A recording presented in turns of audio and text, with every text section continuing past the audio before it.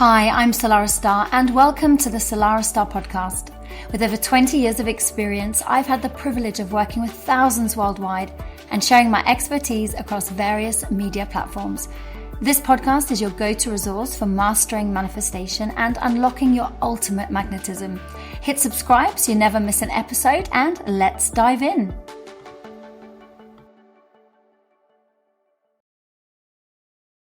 And a very warm welcome back. Salarah here. Great to be with you. And today I am particularly excited because today's episode has been inspired by a recent monthly call that I run with some gorgeous, deeply aware women. And it's the space that we call the high value women. And we don't mean it in the kind of material sense, the high heels and the diamonds, kind of stereotypical sense. Although if that's your thing, absolutely enjoy that. We mean it more in the space about the high value that we cultivate within ourselves. This is generally the way that you look after yourself, the way that you talk to yourself, the way that you nurture yourself, how you regulate your nervous system, the way that you hold boundaries, the way that you lead yourself in those seen and even unseen moments, the way that you take personal responsibility for yourself, for your energy, for your life, because the energy that you value internally is always mirrored back to you in your external reality. So in the high value woman space, we explore a lot around nervous system regulation and understand the importance of that, understand the importance of personal boundaries, people-pleasing patterns maybe. We centered a lot on this particular call around self-leadership, which we're going to be diving into today, energetic responsibility as well as personal responsibility, and all of this whilst navigating real life and navigating curveballs, rug pulls, and changes in circumstances. How do we self-lead in a changeable climate? So on this particular call, we noticed that a really powerful theme was running through the entire conversation. And this was something that we all shared frustration on. So I'm sure that you'll be able to relate to some of this as well. And it was a sense of constantly feeling on the back foot. And we came to the very clear conclusion that consistency in everything that we do is really important in life, in business, in how you show up. And we all were kind of unanimously voting for, yes, consistency is super important.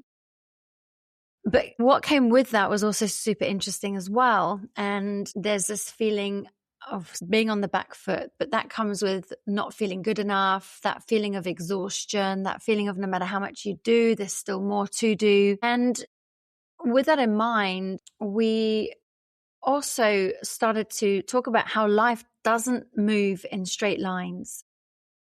Curveballs do land. Priorities can shift day to day or sometimes moment to moment. And within all of that, our energy can also tend to fluctuate. We might feel energized one minute and super inspired to take action in the next. Maybe we're feeling a sense of fatigue and we just need to take some time out and rest.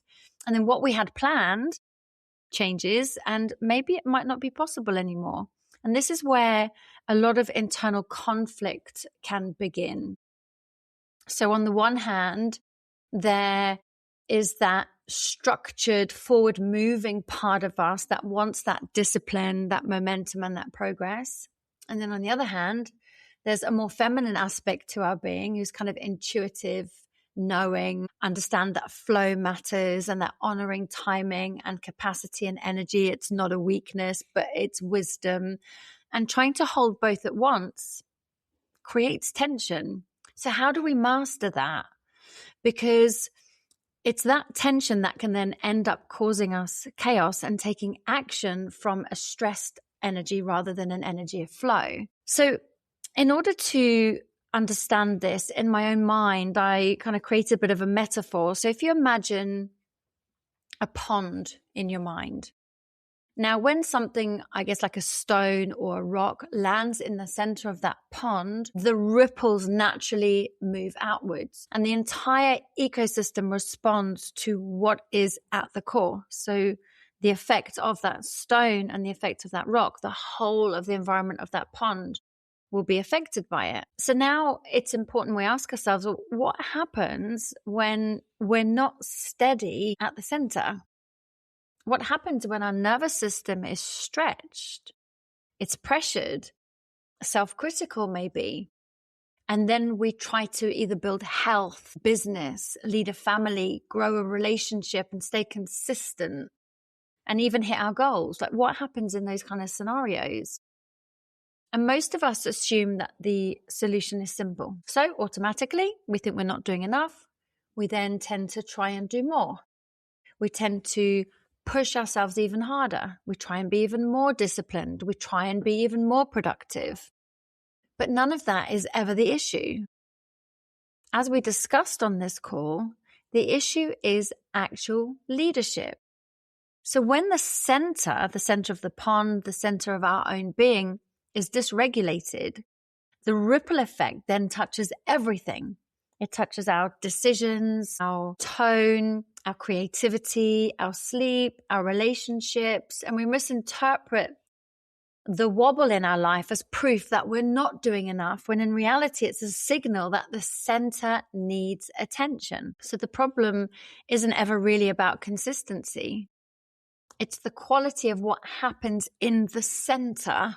It's the quality of the leadership at the center that matters. So to illustrate this, imagine you had a boss that constantly pushes you, who dismisses your exhaustion, doesn't even notice you're exhausted, and then dismisses it anyway, who just kept telling you that you're behind, and a boss that doesn't really listen when you raise concerns, who applied pressure every single time your performance dipped, who made you feel like you're a failure for not operating at this full capacity every single day. Like, how would you perform long term under that kind of leadership? You might do okay for a little while. You might push for a while. You might even deliver. But eventually, your nervous system is going to start to compress. It's going to start to tighten. It's going to start to feel noticeably different under that pressure.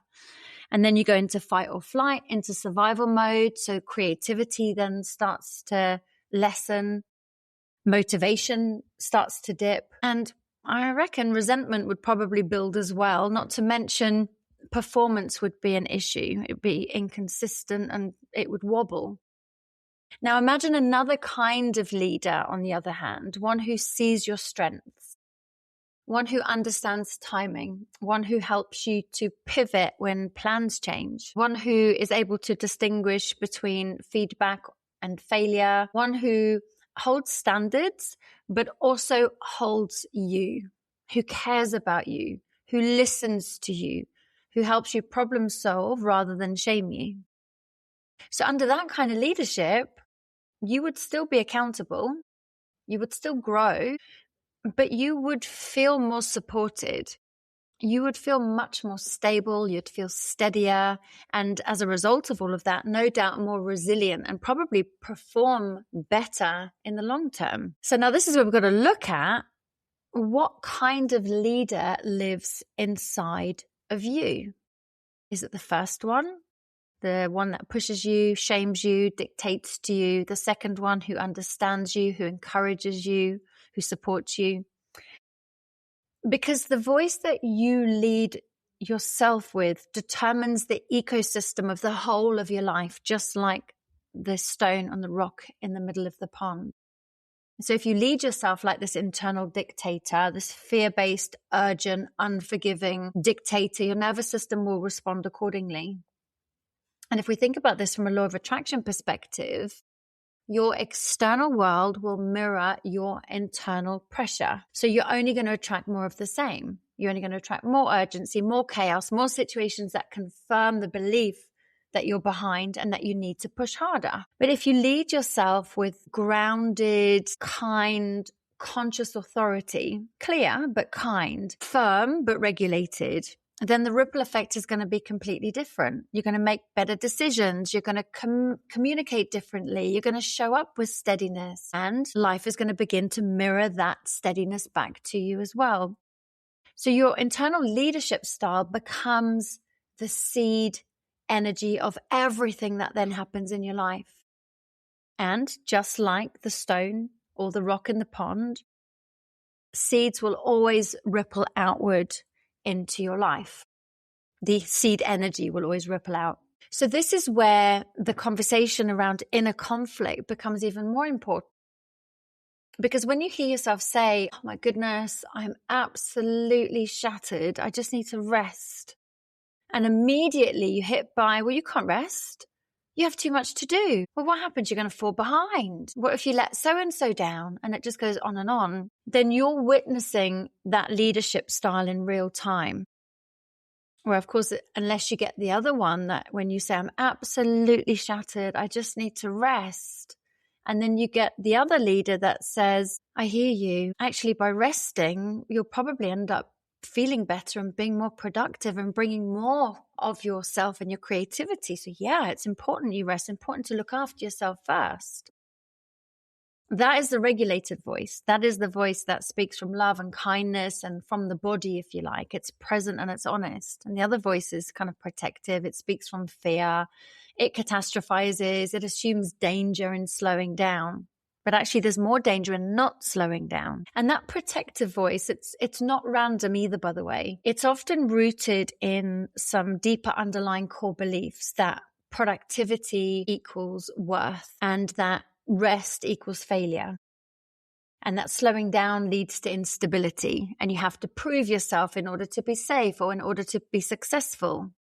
It just kind of keeps you on this exhausting hamster wheel. And if you don't examine those beliefs, you continue just to manage behavior on the surface whilst instability remains at the center. So it's almost like just dealing with the effects of that chaotic ripple from the center of the pond rather than going to the center of the pond and creating that stability. So healthy self-leadership does require inquiry. And when we are in that self-protecting mode, we can go into deeper conversations like, I wonder what that protective part of me is trying to protect me from. And having questions, curious questions. When did I learn that slowing down was dangerous? Because that is actually back to front and the wrong way around. And what do I believe would happen if I did stop pushing? And what do I feel would happen if I don't stop pushing? If I do stop, if I don't stop? These kind of levels of questioning, they shift you from a wounded leadership into a more conscious leadership. So wounded leadership is driven by fear. It brings about that sense of urgency, that scarcity, that pressure, that proving. And healthy leadership is all around awareness, playing the longer game, the self-regulation, knowing that there's always choice, knowing that there's an element of personal responsibility. So the moment that you investigate some of the drivers and the voices behind the pressure that you feel, instead of automatically obeying it, that's when your center begins to steady. And this is also where self-leadership requires the ability to be adaptable. There are non-negotiables at the center. So the practices and bound other things that protect your nervous system, if they are not maintained the vast majority of the time, of course, there are rare exceptions that are genuinely outside of your control. But within a framework of what is in your control, it's important to understand that there's always flexibility. And this is something it's really important to understand. Adaptability and flexibility are really important self-leadership qualities. Because in your life, there may be seasons of spaciousness where you have time for long, immersive, nourishing well-being practices where you can journal, you can walk, you can be mindful watching the birds, you can rest deeply, you can do your workout, you can eat mindfully. But there's also going to be fuller days where you have things back to back, your appointments seem like they're stacked up, you've got deadlines to meet, and your capacity is stretched. On those days, then learning to become flexible and adapt, you can then condense your practice. You protect the principle even if the duration begins to shift. So you adjust the form without abandoning the foundation. And this is what self-leadership is all about. And this takes us back to the conversation we were having when we were open about consistency and how much we beat ourselves up if we're not consistent with absolutely everything that we've said we're going to need to be consistent with. And if we haven't been consistent, automatically we believe that we're on the back foot and that we're failures. But what about if we're just needing to learn how to pivot and adjust when it's needed, whilst staying open and moving with purpose rather than pressure, so that life can feel lighter, more possible, and you might actually enjoy it at the same time. So a high-value woman, and this does relate to men as well, it's not defined by what kind of job we have or what we own or how and when we go on holiday and where we even go on holiday. He or she is more defined by how they lead themselves from the center. So with a high value woman in mind, it's all about protecting that center of the pond, knowing that what happens in the center ripples out everywhere else. And it is having a certain set of absolute non-negotiables at the core center. And that's where we start to investigate what our core non-negotiables are, so that we can lead from that place of regulation rather than that place of chaotic fear. And if we think about it from a law of attraction perspective, that internal steadiness is what creates magnetism, because the world is always going to mirror what is dominant within you. If pressure is dominant, you're going to experience more pressure. If steadiness is dominant, you're going to experience more steadiness. So the real question isn't how can I be more consistent? The real question is, how am I leading myself? How am I pivoting? How am I adjusting? How am I adapting to the changeable climate and changeable circumstances within and around me? And this is the difference that makes the difference. So when plans change and that old voice kicks in, you absolutely have a choice. Instead of saying, oh my goodness, I haven't done it again, I'm a failure. You go, okay, well, that was feedback. That was feedback in learning to adjust. Perhaps I've put too much on my plate. Where can I take some stuff off my plate? So it's not failure. It's looking at how can we change, shift, and tweak things so that they can flow better and more freely going forward. So instead of kind of cracking the whip and beating yourself up and saying things like, oh my goodness, I'm so inconsistent. What about if you're simply learning to adjust to a higher priority in that moment? And there's no failure in that. That's really fantastic leadership, is learning to adjust to a higher priority in that moment. So instead of saying, I need to push harder, you can ask yourself, what needs leading here? What in me needs kind leadership? And that's the shift. So it's not about cracking the whip. It's not about being harsh on yourself. It's not about calling yourself a failure or telling yourself you're stupid, which I hear so much in my coaching practice. Some of my clients, I can't believe I've just been so stupid and I'm just really crap at this and I'm just not very good at X, Y, and Z. It's got nothing to do with that. It's about you learning to become a better leader within yourself, just like I gave the examples of the two bosses. Because when the center of you is steady, when the center of the pond, if we're talking the pond metaphorically, is steady, the ripples then start to take care of themselves. When you stabilize your nervous system, your internal dialogue and your response to everything completely shifts and changes. And that's when your whole life becomes more coherent. And this is not, you'll love this bit, and I think this is so important. It's not even because you're doing more. It's because you're leading differently. And that's the kind of power that does not burn you out. That's self-leadership. That is the ecosystem thinking. And that is what high value energy is. So a little recap. If fear energy is dominant and you're coming from that dictator, harsh energy, you're going to attract confirmation of that fear in your external reality. If a more conscious leader is present and dominant, then you're going to begin to see opportunities and solutions that support you and your growth and match that energy. So, like I said, the real question isn't about how can I become more disciplined? How can I become more consistent? It's really is like, how am I leading myself? How can I become a more adaptable and flexible leader within myself and see things that happen in my reality, not as failure, but as feedback that as a leader, I can shift and change my position to support the shifts and changes that I'm needing to pivot because of the changing circumstances in my life.